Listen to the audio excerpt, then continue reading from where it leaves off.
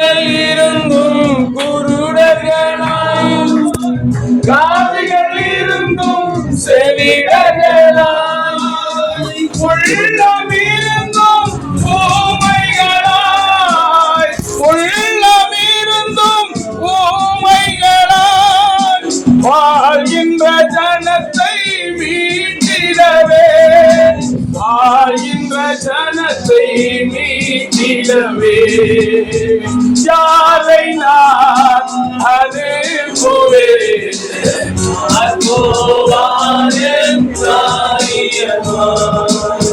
யாரை நான் அனுப்புவேன், யார் போவார் என் காரியமாய். அல்லேலூயா.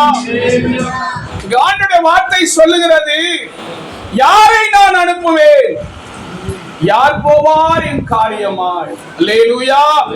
இன்றைய விமர்சனத்தினுடைய தலைப்பு அனுப்பப்பட்டவர்களும் அனுப்பப்பட வேண்டியவர்கள். அல்லேலூயா. இப்ப இதுவரைக்கும் இந்த ஜெபம் ஆரம்பிச்சதுல இருந்து பிரசங்க நேரம் முந்தின நேரம் வரைக்கும் அனுப்பப்பட்டவர்களுக்காக ஜெபித்தோம். ஆமா இல்லைங்களா? அல்லேலூயா. யாரெல்லாம் மிஷனரிமார்களா இந்த தேசத்துல தேவனால் உருவாக்கப்பட்டார்களோ அவர்களுக்காக நாம் ஜெபித்தோம். அல்லேலூயா. அப்ப ஜெபிக்கிற நாம ஒரு நாள் அனுப்பப்பட வேண்டும். அல்லேலூயா. அதுதான் ஆண்டவர் நம்மை பார்த்து தன்னுடைய இருதயத்தின் ஆழத்திலிருந்து ஒரு ஏக்கத்தோடு கேட்கிறார், யாரை நான் அனுப்புவேன், யார் போவார் என் காரியமாய். அடுத்த வார்த்தை சொல்லுகிறது, அதுல அந்த வார்த்தை என்ன சொல்லுகிறதுங்க? இல்ல அந்த வசனத்துக்குள்ள அனுப்புவேன். இதோ அடியேன் இருக்கிறேன், என்னை அனுப்பும் என்றேன். அல்லேலூயா. இந்த பிரசங்கத்தினுடைய முடிவிலே கர்த்தருடைய சத்தம் உங்கள் காதிலே தொனிக்குமையானால், உங்களுடைய உள்ளத்திலே உணர்த்தப்படுவீர்களானால், என்னை அனுப்பும் ஆண்டவரே நான் போகிறேன் என்று சொல்லி உங்களுக்குள்ளே ஒரு தேவனுக்கு முன்பாக ஒரு வைராக்கியத்தை கூட தன்னை நீங்க அர்ப்பணிப்பீர்களானால் ஆண்டவர் உங்களை ஆசீர்வதித்து உயர்த்தவராக இருக்கிறார். அல்லேலூயா. இன்றைக்கு இந்த நாட்களில் கொடுக்கப்பட்ட இந்த மிஷனரி இந்த நோட்டீஸ்ல பின்பக்கத்திலே ஒருவரை குறித்து எழுதப்பட்டிருக்கிறது. அல்லேலூயா. அது என்ன குறித்து எழுதப்பட்டிருக்குங்க? அவரை பத்தி ஜெசிமன் பிராண்ட் அவர் பேருங்க. இவர் வந்து எங்கங்க இங்கிலாந்து தேசத்துல பிறந்தவர். அவர் இங்கிலாந்து தேசத்துல பிறந்தவர். ஏன் கொல்லிமலையில வந்து ஊழியம் செய்யணும்? எதற்காக வரணும்? அவர் நாட்டில் இடம் இல்லையா? ஒரு மிஷனரி ஸ்தாபனத்தில் இவர் ஒரு பெரிய பண்ணையாருடைய மகன். செல்வ செழிப்பாய் வாழ்ந்து கொண்டிருக்கிற, எந்த குறைவின்றி வாழ்ந்து கொண்டிருந்த அவரை கொடுத்து எழுதப்பட்டிருக்கிறது, செல்வ செழிப்பாக வாழ்க்கையை உதறிவிட்டு வந்தார் என்று எழுதப்பட்டிருக்கிறது. அல்லேலூயா. இன்றைக்கு அருமையான தேவச்சனமே, அனுப்பப்பட்டவர்களுக்காக நாம் ஜெபிக்கிறோம். நாம் என்றைக்கு அனுப்பப்பட போகிறோம்? நாம் அனுப்பப்பட்டால் மட்டும்தான் தேசத்துல எழுப்புதலை பார்க்க முடியும். பல மாநிலங்களுக்காக பல காரியங்களை சொல்லி ஜெபிக்கிறோம்.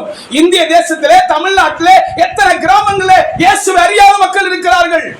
அவர்களுக்கு யார் போய் சுவிசேஷம் அறிவிக்கிறோம்? அவர்கள் யார் கிறிஸ்துவுக்களை வழிநடத்த யார் முன் வருவார்கள்? அதைதான் ஆண்டவருடைய இருதயம் கேட்கிறது, யாரை நான் அனுப்புவேன்? இந்த ராத்திரி வேளையிலே யாரை நான் அனுப்புவேன்? யாராவது இந்த கூட்டத்திலே அமர்ந்திருக்கிற உங்களுக்குள்ளே யாராவது என்னுடைய காரியமாய் நீங்கள் வருவீர்களா என்று ஆண்டவர் கேட்கிறார். நீங்கள் வர வேண்டும் என்று ஆண்டவர் விரும்புகிறார். ஒருவரை குறித்து ஆண்டவர் திட்டம் பண்ணிவிட்டார், அவரை விட மாட்டார், அவர் அழைத்தே தீர்வார். அல்லேலூயா. அல்லேலூயா. அப்ப இந்த நாட்களிலே 2 பேரை குறித்து உங்கள் முன்பாக வைத்துட்டு கடைசியா நாம் செபிக்க போகிறோம். அல்லேலூயா. யோனா தீர்க்கதரிசியை பற்றி நமக்கு எல்லாருக்கும் தெரியும். தெரியுமா தெரியாதுங்களா? அப்ப யோனாவின் புஸ்தகத்தை எடுத்துக்கொள்ளுங்க. யோனாவின் புஸ்தகத்துல 1ஆம் அதிகாரத்துல 1ஆம் வசனம் 2ஆம் வசனம் என்ன சொல்லுது பாருங்களேன்.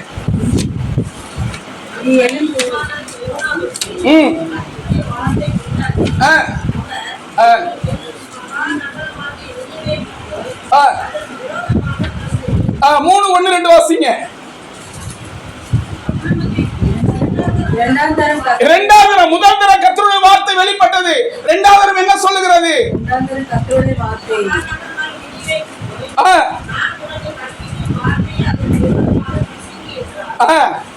போதுங்க, ஆண்டவர் நாம் மையப்படுவதாக. இந்த நாட்களிலே ஒரு யோனாவை குறித்து இங்க பார்க்கிறோம். இந்த யோனாவை ஆண்டவர் வலது கைக்கும் இடது கைக்கும் வித்தியாசம் தெரியாத 1,20,000 பேரை ஆண்டவர் எப்படியாக மீட்க வேண்டும். அங்கு அக்கிரமம் பெருகிவிட்டது, அநியாயங்கள் பெருகிவிட்டது. இந்த தேசத்துல தமிழ்நாட்டில் அக்கிரமம் அநியாயம் நடக்காம இருக்கிறதா?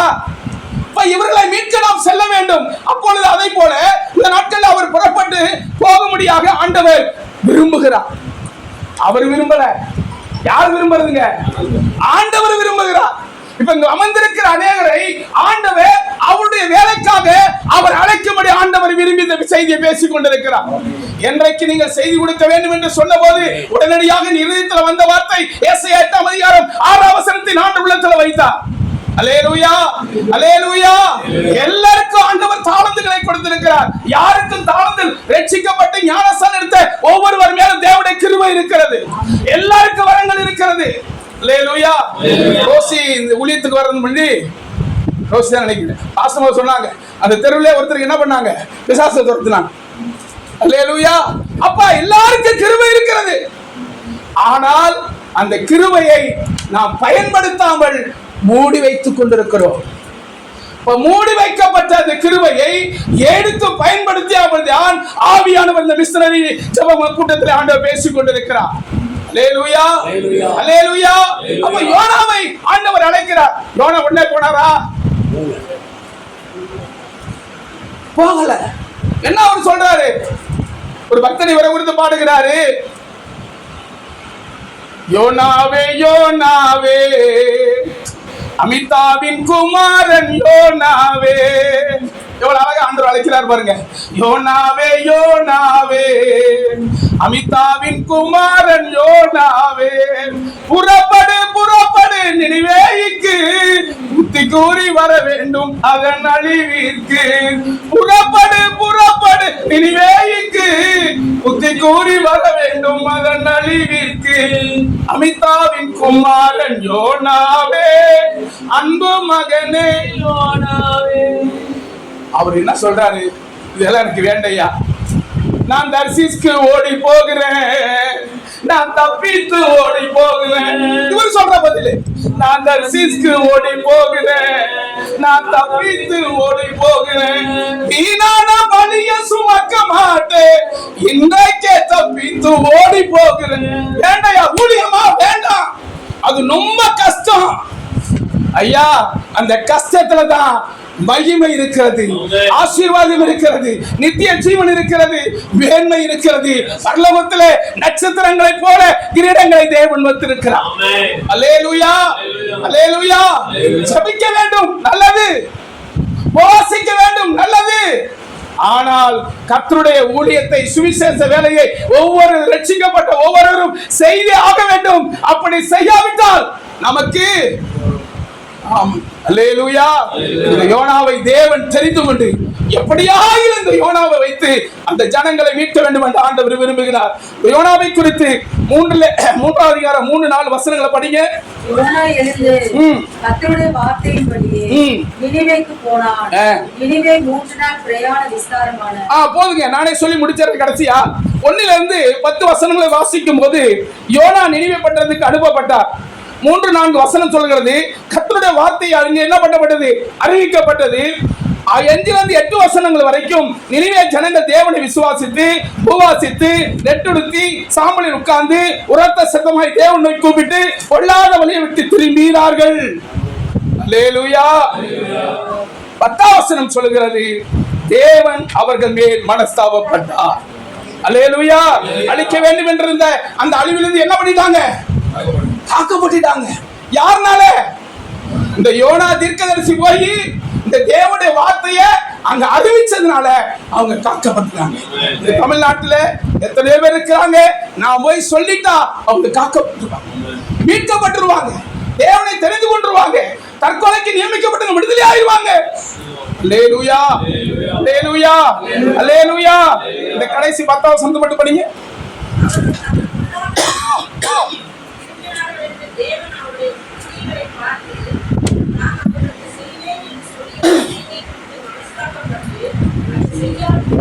ஆமென். அல்லேலூயா. கரங்களை தட்டி ஆண்டவரை மகிமைப்படுத்துங்க. 120,000 பேர் என்ன பண்ணாங்க? ஒரே ஒரு நபருடைய சுவிசேஷத்தினால என்ன பண்ணினாங்க? காக்கப்பட்டுட்டாங்க. அரசன் முதல் மிருக ஜீவன்கள் வரைக்கும் காக்கப்பட்டு விட்டது. ஒருவர் கூட அழியல.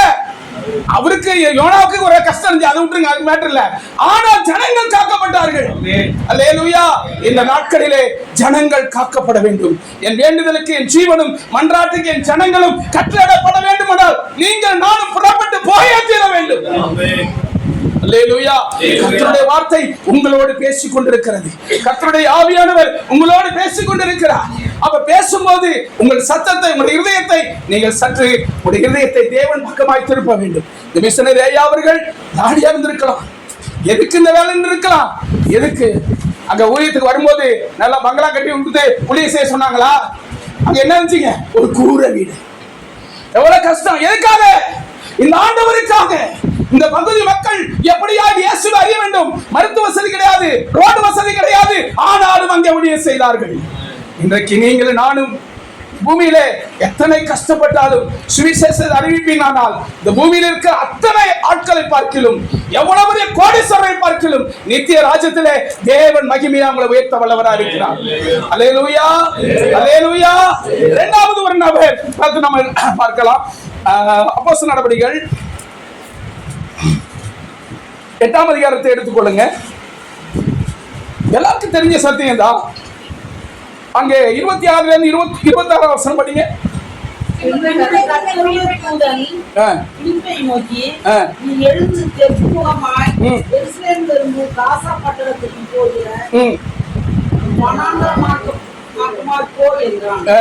அந்தபடி அவன் எழுந்து போனான். அப்பொழுது எத்தியோப்பியனுடைய ராஜஸ்திரியாகிய கந்தாகே என்பவளுக்கு மந்திரியும் அவருடைய பொக்கிஷம் எல்லாவற்றிற்கும் தலைவனுமாய் இருந்த எத்தியோப்பியனாகிய ஒருவன் பணிந்து கொள்ளும்படி எருசலேமுக்கு வந்திருந்து ஊருக்கு திரும்பி போகும்போது தன் ரதத்திலே உட்கார்ந்து ஏசியா தீர்க்கதரிசியின் ஆகமத்தை வாசித்துக் கொண்டிருந்தான். ஆமென். அல்லேலூயா. இந்த ஏசியா தீர்க்கதரிசி புத்தகத்தை இது யார் வாசிக்கிறதுங்க? யாருங்க?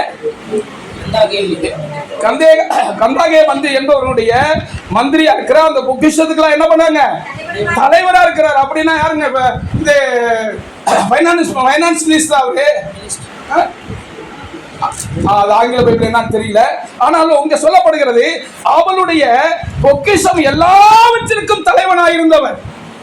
ஆனால் இவருக்கு என்ன தெரிஞ்சது? சத்திய பைபிள் தெரியும், அங்கே வேதாகமம் தெரியும், பழைய ஏற்பாட்டு வேதாகமம் தெரியும். ஆனா அங்க சொல்லப்படுகிறது இந்த மந்திரி ஏசாயா தீர்க்கதரிசியினுடைய ஆகமத்தை வாசிக்கிறவராய் இருந்தால் அதன் கருத்து அவருக்கு தெரியவில்லை. அல்லேலூயா. இன்றைக்கு வேதம் தெரியும், வேதம் தெரிந்து வேதத்தின்படி வாழறதுக்கு இன்றைக்கு அநேகருக்கு தெரியாத சூழ்நிலை இருக்கிறது. ஆனால் இந்த நாட்களிலே ஆண்டவராகிய தேவனை குறித்து நீங்களும் நானும் இந்த அப்போஸ்தலனாகிய பவுல் போய் அதனுடைய வேதத்தின் கருத்து தெரியுமான்னு கேட்டபோது ஒருவன் சொல்லாவிட்டால் எனக்கு எப்படி தெரியும்? அல்லேலூயா. ஒருத்தர் வந்து எனக்கு சொல்லாவிட்டால் எனக்கு எப்படி தெரியும்? இது கடந்த ஞாயிற்றுக்கிழமையே என்ன பண்ணப்பட்டதுங்க? சபையில ஒரு சாட்சி மூலம் சிமிரன் சொன்ன சாட்சி மூலம் வெளிப்படுத்தப்பட்டது. அல்லேலூயா. அவங்க ஆஸ்பத்திரியில் இருக்கிறாங்க, பக்கத்தில் இருக்கிற பெட்டுக்காரர் இருக்கிறாரு, அவர் நல்லா காய் வெட்டி அணிஞ்சிருக்கிறாரு. அவருக்கு இயேசுதான் தெய்வம் சொல்லல, இந்த உலகத்துல இந்த மூச்சை கொடுத்த தெய்வம் யாருன்னு நீங்களே கேட்டு பாருங்க. அல்லேலூயா. நிறைய சாட் சொன்னாங்க. ஆனா சாட் உங்களுக்கு சொல்றேன், இந்த மூச்சை கொடுத்த தெய்வம், நம்மளை உண்டாக்கின தெய்வம் யாருன்னு நீங்க கேளுங்க. அது அல்லாவா இருக்கலாம், ஒரு மற்றபடி இந்துக்கள் தெய்வமா இருக்கலாம், இல்ல இயேசுனா இருக்கலாம். நீங்க கேளுங்க, அவர் உங்களோட பேசுவார். இந்த உலகத்துல ஒரு மெய்யான தெய்வம் யார் என்பதை அவர் உங்களோட பேசுவார். பேசி கொண்டிருக்கும் போது அடுத்த நாள் போன் பண்ணி கேட்கும்போது சொல்றாங்க, நீங்க எப்ப பேச ஆரம்பிச்சீங்களோ அப்பொழுது என் மூச்சு விடுறதுக்கு ஈஸியா மறந்து விட்டது. அல்லேலூயா, அல்லேலூயா. இப்ப ஒருத்தர் சொன்னாதான் அவருடைய அர்த்தம் ஒரு பக்திமான் தான். அந்த பக்திமானுக்கு என்ன தெரியல? இந்த ஜீவன் கொடுத்தது யாருன்னு தெரியல. இன்றைக்கு நீங்களும் நானும் அனுப்பப்பட்டு ஒருவருக்கு சொன்னாதான் இந்த ஜீவன் கொடுத்த தெய்வம் யார் என்று தெரியும். உங்களுக்காக எனக்காக 2020 ஆண்டுகளுக்கு முன்பாக கல்வாரி சிலுவையிலே தன் ஜீவனை பறிகொடுத்தாரே, ரத்தம் சிந்தினாரே, வாரினால் இடிக்கப்பட்டதே, கொக்கி முள்ளினால் இடிக்கப்பட்டதே, அந்த தெய்வத்தை நீங்கள் நானும் அவர் மற்றவர்களுக்கு சொன்னால்தான் அவருக்கு தெரியும் அல்லவா? இப்படி சொன்னதனுடைய விளைவு என்ன நடந்தது? அடுத்த வசனம் வாசிங்க. ஆவியானவர் நீ போய் இந்த ரதத்துடனே சேர்ந்து கொண்டு பிலிப்புடனே சொன்னார். ஆமாங்க. 35, 36, 37 வாசிங்க. அப்பொழுது பிலிப்பு பேசத் தொடங்கி வேதவாக்கியத்தை முடித்து இயேசுவிற்கு அவளுக்கு பிரசங்கித்தான். இவ்விதமாய் அவர்கள் வழிநடந்து போகையில் தண்ணீருள்ள ஒரு இடத்துக்கு வந்தார்கள். அப்பொழுது பேசி, இதோ தண்ணீர் இருக்கிறதே, நான் ஞானஸ்நானம் பெறுவதற்கு தடை என்ன என்றான். அதற்கு பிலிப்பு, பொறுமை இருதயத்தோடு விசுவாசித்தால் தடை இல்லை என்றான். அப்பொழுது அவன் இயேசு கிறிஸ்துவை தேவனுடைய குமாரன் என்று விசுவாசிக்கிறேன் என்று சொல்லி ரதத்தை நிறுத்த சொன்னான். அப்பொழுது பிலிப்பு மந்திரியும் இருவரும் தண்ணீரில் இறங்கினார்கள். பிலிப்பு அவனுக்கு ஞானஸ்நானம் கொடுத்தான். ஆமென். அல்லேலூயா. வசனத்தினுடைய சுருக்கத்தை நான் அப்படியே படித்து சொல்லிடுறேன். மந்திரி என்ன பண்றாரு? ஏசாயா தீர்க்கதரிசி ஆகமத்தை வாசிக்கிறாரு. அவருடைய கருத்து அவருக்கு தெரியல. ஆனால் அடுத்து சொல்றாரு, ஒருவன் எனக்கு சொல்லாவிட்டால் தெரிவிக்காவிட்டால் அது எனக்கு எப்படி தெரியும்? அப்படி சொல்றாரு. பிலிப்பு சொல்றது. அப்போஸ்தலன் பிலிப்பு சொல்றாரு, பேச தொடங்கி வேத வாக்கியத்தை முன்னிட்டு இயேசு கிறிஸ்துவை பிரசங்கித்தார். அவருக்கு பிரசங்கித்த உடனே கர்த்தராகிய இயேசு கிறிஸ்துவின் நாமத்தினாலே முழு இதயத்தோடு விசுவாசித்து ஞானஸ்நானம் பெற்று தேவனுடைய இரட்சிப்பை பெற்றுக் கொண்டார். அல்லேலூயா, அல்லேலூயா, அல்லேலூயா. யோனாவின் நிமித்தம் வலது கைக்கும் இடது கைக்கும் தெரியாத 120,000 பேர் மீட்கப்பட்டார்கள். அல்லேலூயா. ஒரு யோனா அனுப்பப்பட்டது நிமித்தம் 120,000 பேர். இன்னைக்கு ஒருவர் போய் இயேசு அறிவிச்சா 120,000 பேர். இப்போ ஒரு பாஸ்டர் போய், ஒரு விசுவாச மக்கள் போய், ஒருத்தர் போய் சொல்லிட்டோம்னா அதுக்கு அங்க இருந்து ஒரு விடுதலை ஆச்சுன்னா அங்க 120,000 அப்ப இந்த தமிழ்நாடு இயேசு அறிஞ்சு ஆசை. ஒவ்வொரு கிராமத்திலும் ஒரு சபை இருக்கு. டவுனுக்குள்ள இருக்கு, கிராமத்துல ஒண்ணு இருக்கு. கிராமம் எத்தனை கிராமம் இருக்கு அத்தனை கிராமத்துல சபை இருக்கணும். அப்ப அத்தனை கிராமத்துல சபை இருந்தா எழுப்புதல் தானாக வந்துவிடும். அதற்கு நீங்கள் நானும் அனுப்பப்பட வேண்டும். அதுதான் ஆண்டவர் இந்த ராத்திரி உங்களோட பேசிக் கொண்டிருக்கிறார். அனுப்பப்படாவிட்டால், மற்றவர்களுக்கு அதை சொல்லாவிட்டால் எப்படி அவர்கள் தெரிந்து கொள்வார்கள்? என் ஆண்டவருடைய இருதயம் துடிக்கிறது, யாரை நான் அனுப்புவேன்? யார் போவார் நமது காரியமா? கேட்டவர் தேவ தீர்க்கதரிசி சொல்றாரு, இதோ அடியேன் இருக்கிறேன், என்னை அனுப்பும். அந்த என்னங்கிற வார்த்தையில உங்க பேரை எழுதி பேரை சொல்லி சொல்லுங்க, என்னை அனுப்பும். அல்லேலூயா, அல்லேலூயா. யாருக்கு தாசாகி என்னை அனுப்பும், நான் போகிறேன். இப்படி ஒவ்வொருவரும் சொல்லி ஒவ்வொரு நாளும் ஞாயிற்றுக்கிழமை ஆராதனை முடிஞ்சோடனே ஞாயிற்றுக்கிழமை கர்த்தருக்காக ஒப்பு கொடுத்து இயேசுவை நீங்க போய் 2 பேருக்காவது இயேசுவின் சுவிசேஷத்தை அறிவித்து விட்டால் உங்க குடும்பம் தலைச்சு விடும். உங்களுடைய குடும்பம் ஆசீர்வதிக்கப்படும். அந்த ராத்திரில வந்து தூங்கி பாருங்க, நிம்மதியான தூக்கம். 1 கோடி ரூபாய் கொடுத்தா கூட அந்த தூக்கம் வராது. ஏன்? கர்த்தருடைய வேலை செஞ்சிருக்கிறோம். ஜெபிக்கிறவங்களை குறித்து பெருசா சொல்லவில்லை, வாசிக்கிறவங்களை குறித்து பெருசா சொல்லவில்லை. ஆனால் சுவிசேஷனுடைய பாதங்கள் மலையின் மேல் எவ்வளவு அழகா இருக்கிறது. உங்க காலை பார்த்து சொல்லுங்க, உங்க காலே நீ எவ்வளவு அழகா இருக்கு. ஏன்? காரணம் என்ன? நீங்கள் சுவிசேஷகர்கள் பாதங்கள் எவ்வளவு அழகா இருக்கிறது. ஆண்டவர் எவ்வளவு அதுக்கு முக்கியத்துவம் கொடுக்கிறார். நீங்கள் நானும் யோனா தீர்க்கதரிசி நிமித்தமாக ஒரே ஒரு சுவிசேஷத்தை நிமித்தம் 120,000 ஒரே ஒரு அப்போஸ்தலனாகிய பவுல் அநேகருக்கு செஞ்சிருக்கிறார். சிம்பிளா ஒரு காரியத்தை மட்டும் எடுத்துக்கிட்டோம். அவர் போனது நிமித்தம் ஒரு பெரிய மந்திரியே என்ன பண்ணிட்டாருங்க? ரட்சிப்பு நடத்திட்டாரு. ஞானஸ்நானம் கொடுத்து முழு விசுவாசியை கேட்டு ரட்சிப்பு நடத்தி என்ன பண்றாங்க? ஞானஸ்நானம் கொடுத்துட்டார். அப்ப நீங்கள் நானும் மந்திரிக்கலாம், தேவனுடைய தாசன்மார்களா இருக்கிறாங்க, அவங்கள என்ன பண்ணுங்க? மந்திரிக்கு ஞானஸ்நானம் கொடுக்கணும். அல்லேலூயா. எப்பொழுது அது நடக்கும்? இன்றைக்கே புறப்பட்டு விட்டார், இன்றைக்கே ரட்சணினார், இப்பொழுது அதற்காக பிரயாசம் விட்டார். அங்க ஒரு வார்த்தையை சொன்னாங்க படிக்கும்போது, திட்டமிட்டு அந்த வார்த்தையில விண்ணப்பத்தில் படிச்சாங்க. திட்டமிட்டு செயல்படும் போது ஆத்துமாக்கள் ரட்சிக்கப்படுவார்கள். தேவன் என்ன சொல்லுகிறாரோ அதன்படி செய்தே தீர வேண்டும். நாட்களே ஒரு சாட்சி மட்டும் சொல்லி இந்த வார்த்தையை முடிவு செய்ய போகிறேன். புதுக்கோட்டை மாவட்டத்திலே ஆரோன் ராஜசேகரன் என்றான ஒரு தேவட்ட மனிதர் இருக்கிறார். அல்லேலூயா. அவர் தேவன் சொன்ன வார்த்தைக்கு போகிறேன் என்று ஆமோதித்து ரெடி ஆயிட்டார். காலையில 5 மணிக்கு ஒரு ஆராதனை, 9 மணிக்கு ஒரு ஆராதனை. 2 இடத்துக்கு நான் தேவனுடைய வார்த்தையை கொடுக்க வரேன்னு ஒப்புந்துட்டாரு. அதுக்காக ஜோம் பண்றாரு, ஜோம் பண்ணிட்டே இருக்கிறாரு. ஜோம் பண்ணி முடிச்சிருச்சு. அது 10 மணி ஆயிடுச்சு. திடீர்னு நம்ம மனைவிக்கு என்ன ஆயிடுச்சு? பலவீனப்பட்டுட்டாங்க, முடியல. ரொம்ப போராடுறாரு, ஜெபம் பண்றாரு, ஒண்ணு நடக்கல. உடனே 2 மணி வரைக்கும் ஜெபம் பண்ணிட்டு தூங்கிட்டாங்க. போர்வை எடுத்து போத்திட்டார். உடனே நீ இந்த சாட்சியை கேட்டிருக்கலாம். போத்திட்டு காலைல 4 மணிக்கு 5 மணிக்கு ஒளிந்து போனோமே. உடனே 4 மணிக்கு ஏஞ்சி மனைவி எழுப்புறதுக்கு பார்த்தா வயிறு புஷ்ஷுன்னு வீங்குது. செத்து போயிட்டாங்க. எப்படி போறது? உடனே 5 மணிக்கு வர ஊழியக்காட்ட சொல்றாரு, ஐயா இந்த மாதிரி ஒரு சிச்சுவேஷனு வீங்கிருச்சு, என்ன நிலவரம் தெரியல, இன்னும் கன்ஃபார்ம் இல்ல, நம்ம வந்து காலை போய் ஹார்ட்ல இருதயத்தை வச்சு பாக்குற ஒண்ணுமே இல்ல, கையை பிடிச்சு பாக்குற பல்ஸ் இல்ல, என்ன செய்ய தெரியலையா, ஒரு சூழ்நிலை வர முடியாது. சரி வைங்கன்னு வச்சுட்டாரு. சரி அடுத்து ஒரு 7 மணி போல 9 மணிக்கு வர்ற பாஸ்டர்ட்ட சொல்றாரு, 7 மணிக்கு, ஐயா இந்த மாதிரி சிச்சுவேஷனு என்னையா சார், நீங்க என்ன பண்ணீங்கன்னு தெரியாது. பாஸ்டர் சொல்றாரு, நீங்க என்ன பண்ணீங்கன்னு தெரியாது, சீட்டு உங்களுக்கு விழுந்துருச்சு, இந்த யோனாவுக்கு சீட்டு விழுந்த மாதிரி உங்களுக்கு விழுந்துருச்சு, நீங்க தான் வரணுங்கிறாரு. எப்படி இருக்கு பாருங்க. இந்த சிச்சுவேஷன் நாம் போக முடியுமா, நாம் செய்ய முடியுமா? சூழ்நிலையை பார்க்காமல் கர்த்தருடைய சத்தத்துக்காக விரைந்து ஓடும்போது ஒரு பெரிய அற்புதம் காத்துக்கிட்டு. அல்லேலூயா. சரின்னு சொல்லி பார்த்தா கேட்கல. மீண்டும் 2வது முறை யோனாவிட பேசுறப்ப 2வது முறை கேட்கிறாரு, சீட்டு உங்களுக்கு தான் போட்டிருக்கு, நீங்க தான் பிரசங்கம் பண்ணுங்கிறாரு. உடனே என்ன செய்ய தெரியல, 2 பிள்ளைகளை கூட்டிட்டு கார்ல எதிர் 1 மணி நேரம் டிராவல் அப்படியே போட்டு போர்வை எப்படி எடுத்தாரோ அப்படியே போட்டு மூடிட்டு பூட்டிட்டு நேரா போயிட்டார். போய் உட்காந்தா பிரசங்கம் எல்லாம் மறந்து போச்சு. அழுதுகிட்டே இருக்கிறாரு. நினைவெல்லாம் மனைவி மேல இருக்குது. காணிக்கு அப்படியே ஒவ்வொரு பகுதியா வந்துகிட்டே இருக்குது. என்ன செய்யறதுன்னு தெரியல. உடனே போராடிட்டு இருக்கிறார். ஆண்டவரே, நிர்பந்தமான ஒரு மனுஷன், ஆண்டவரே இந்த சூழ்நிலையில கூட நிப்பாட்டிட்டீங்க, நான் என்ன பண்றேன்னு தெரியல, என் முகத்தை மட்டும் நீ பா, ஒரு வார்த்தை, நான் உனக்கு வாயா இருப்பேன், அவ்வளவுதான். விட்டு பிரசங்க வந்துச்சு, மைக்க கொடுத்துட்டாங்க, பேச ஆரம்பிச்சிட்டார். 1.5 மணி நேரம் பேசியிருக்காரு. என்ன பேசுறாரு, ஏது பேசுறாரு என்ன தெரியல. ஆனா ஜனங்களோட உள்ளத்துல கண்ணீர் தாரத்தாரையா வந்து கொண்டிருக்கிறது. அழுதாங்க, அப்படியே கதறாங்க. நடந்துச்சு, பிரசங்கம் முடிஞ்சிச்சு. அதுக்கப்புறம் விடுவான்னு பார்த்தா வரிசையா வந்து நிக்கிறாங்க ஜெபம் பண்றதுக்கு.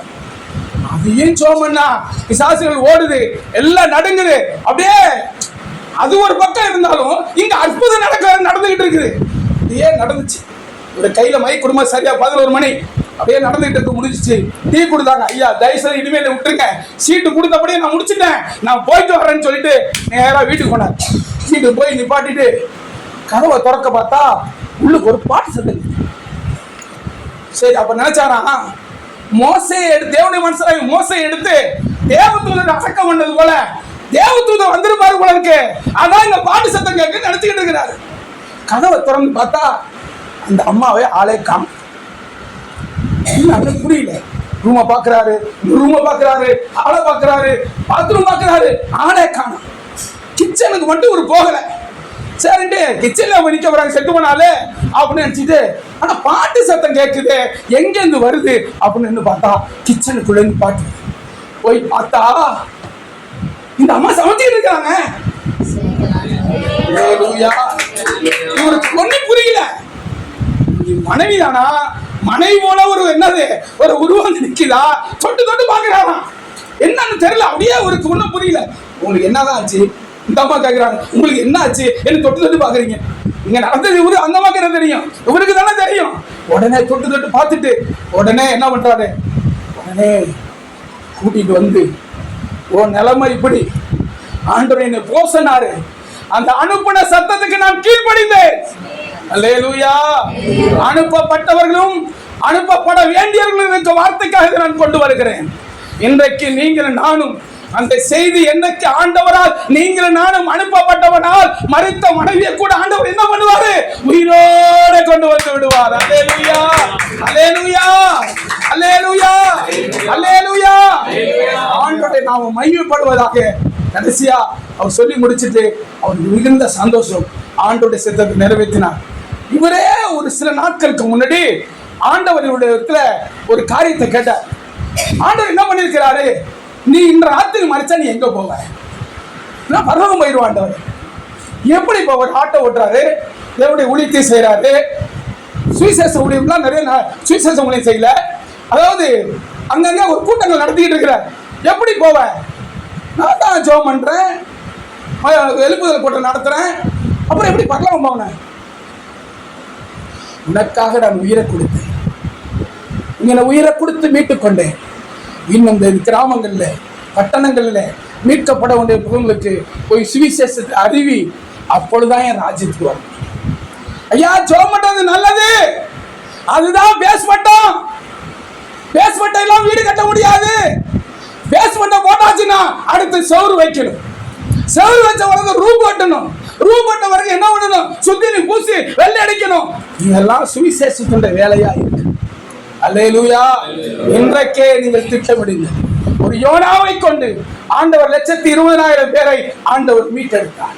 ஒரு பிலிப்பை கொண்டு ஒரு பெரிய மந்திரியே ஆண்டவர் மீட்டெடுத்தார். ஒரு அருமையான ஒரு தேவதாசன் கர்த்தருடைய வார்த்தையின்படி அநேகரை மீட்கும்பொருளாய் போன போது செத்து போன மனைவி உயிரோடு எழுந்து வந்தார்கள். இன்றைக்கு நீங்கள் நானும் என்ன செய்து கொள்கிறோம்? ஆண்டவருடைய வேதம் சொல்லுகிறது, யாரை நான் அனுப்புவேன், யார் போவார் என்றார். அப்ப அவர் சொல்றாரு, இதோ அடியேன் இருக்கிறேன், என்னை அனுப்பும். அல்லேலூயா. நான் ஒரு நாள் 2024 முன்னாடியாக ஆண்டவராகிய தேவன் செங்கிப்பட்டிக்கு 2024 ஆமாம் அந்த கடைசி 40 நாள் சபையில் உபாசம் நடக்கும் போது நீ செங்கிப்பட்டிக்கு போய் அங்கே சுவிசேஷ பிரேயர்ஸ் எல்லாம் ஆரம்பின. உபாசம் முடிஞ்சோடனே சரிங்க ஆண்டவர், வெளியில போய் உட்காந்து சாப்பிட்டுக்கிட்டு இருக்கோம். அப்ப செங்கிப்பட்டு சொன்னோடனே நம்மளோட யோவான் ஐயா எனக்கு ஞாபகம் வந்துச்சு. அப்ப நான் கேட்டேன், ஐயா நம்ம வீட்டுல ஒரு இடம் கிடைக்குமா அப்படின்னு கேட்டேன். ஐயா, அதுதான் நான் ராத்திரி சொப்பனத்தை நான் பார்த்தேன். 3 ஊழியக்காரர் வர்றாங்க. தஞ்சாவூர்ல இருந்து, தஞ்சாவூர்ல ஒருத்தர், கோயம்புத்தூர் ஜான்சன் ஐயா, இன்னொருத்தாருங்க நம்ம மெசாக் ஐயா, 3 பேர் அங்க வர்றாங்க. என்னையா 3 சபையும் சேர்ந்து அங்க ஜெபம் நடக்கும் போது நீங்க ஏன் அங்க வந்து என்ன கேட்கிறேன்? அப்ப சொல்றாங்க, அது நடந்தது கரெக்டு தான், ஆனாலும் என்ன பண்ண, நாங்க ஜெபம் பண்ணிட்டு போறதுக்காக வந்தோம். அல்லேலூயா. அதை உறுதிப்படுத்திக் கொண்டு ஆண்டவர் கொடுத்த வார்த்தையை உறுதிப்படுத்திக் கொண்டு ஆண்டோட கிருபையினால 2025 மே மாதம் 4ஆம் தேதி செங்கிப்பட்டியில ஒரு பிரேயர் செல் ஆரம்பிக்க கர்த்தருக்கு பேசு. அல்லேலூயா, அல்லேலூயா. பல வருஷங்களுக்கு முன்பாக 8 வருஷம் முன்பாக துவாக்குடியில ஒரு பிரேயர் செல் ஆரம்பிக்க வைத்துதான் அந்த பிரேயர் செல்லை உருவாக்கி கர்த்தருடைய தாசன் மேசாக் கையில கொடுக்க உதவி செய்தார். அடுத்து செங்கிப்பட்டியில உருவாக்கி கடந்த மாதம் 8ஆம் தேதி, கடந்த மாதம் 5ஆம் தேதி, இந்த மாசம் 5ஆம் தேதியா, இந்த மாதம் 5ஆம் தேதி ஒரு 2025 மே மாதம் 4ஆம் தேதியிலிருந்து இந்த மாசம் 5ஆம் தேதி வரைக்கும் பிரேயர்ஸ் எல்லாம் இருந்தது. மாலை ஆராதனையை மாற்றி கர்த்தருடைய தாசன் எலேசையா கையில கொடுத்து. அல்லேலூயா. என்னுடைய அந்த செங்கிப்பட்டியில டியூட்டி முடிஞ்சிருச்சு. இன்னும் அடுத்த ஊருக்கு போறதுக்கு ஆண்டவர் திட்டம் பண்ணி கொண்டிருக்கிறார், என்னை ஏவி கொண்டிருக்கிறார். ஒரு நாள் சொன்னார், பழனங்குடி போனார். என்ன ஆண்டவர் அங்க என்ன தெரியல, நான் சொன்ன வார்த்தைக்கு என்ன பண்றேன், பழனங்குடி போய் ஒரு ரவுண்ட் அடிச்சு வந்துட்டேன். அல்லேலூயா. நீ கால்விக்கு தேசம் என்ன உண்டாம சொந்தமாக என்னைக்கா ஒரு நாள் ஆண்டவர் என்ன செய்வாரு, அங்க ஆரம்பிக்க கர்த்தர் உதவி செய்வார். அல்லேலூயா. அப்ப நீங்கள் நானும் அனுப்பப்பட வேண்டும். வந்திருக்கிற இந்த செய்தியை கேட்கிற தேவ ஜனமே, நாம் நித்திய ராஜ்யத்திலே நம்முடைய கால்கள் அழகா இருக்க வேண்டும், நம்முடைய முத்துக்கள் பதிக்க வேண்டும், நித்திய ராஜ்யத்திலே பங்குள்ளவர்களாய் மாற வேண்டுமானா சுவிசேஷம் அறிவிக்க வேண்டும். இந்த மிஷனரிக்காக செபிக்கிறோம். இங்கிருந்து மிஷனரிகள் புறப்பட வேண்டும், எழும்ப வேண்டும், சுவிசேஷம் எழும்ப வேண்டும். சுவிசேஷம் அறிவிச்சுட்டு வந்துடலாம். அது யார் அதை சட்டு பண்ணுவது, யார் அதை ஒரு கீழ் விவசாயம் பண்ணி சரி பண்ணி நித்திய ராஜ்யத்தை கொண்டு வருவது? அல்லேலூயா. சுவிசேஷங்கள் நிறைய இருக்கிறாங்க. சுவிசேஷம் அறிவிச்சு அந்த ஊர்லயே கர்த்தருடைய வார்த்தையின்படி ஒரு பிரேயர் செல் ஆரம்பிச்சு யார் ஆரம்பிக்கிறீங்களோ உங்களுக்கு தேவனுடைய அழைப்பு இருக்குமானால் நடத்துங்க. இல்லைன்னா எந்த ஊழியக்காரன் ஆண்டவர் குழு சொல்ற கொடுத்து அடுத்த விடுப்போம். அல்லேலூயா. அப்ப நீங்கள் நானும் என்ன செய்ய வேண்டும், என்ன செய்ய வேண்டும், என்ன செய்ய வேண்டும்? அனுப்பப்பட வேண்டும். அல்லேலூயா. அனுப்பப்பட்டவர்களுக்காக தான் இப்படி ஜெபம் பண்றோம்.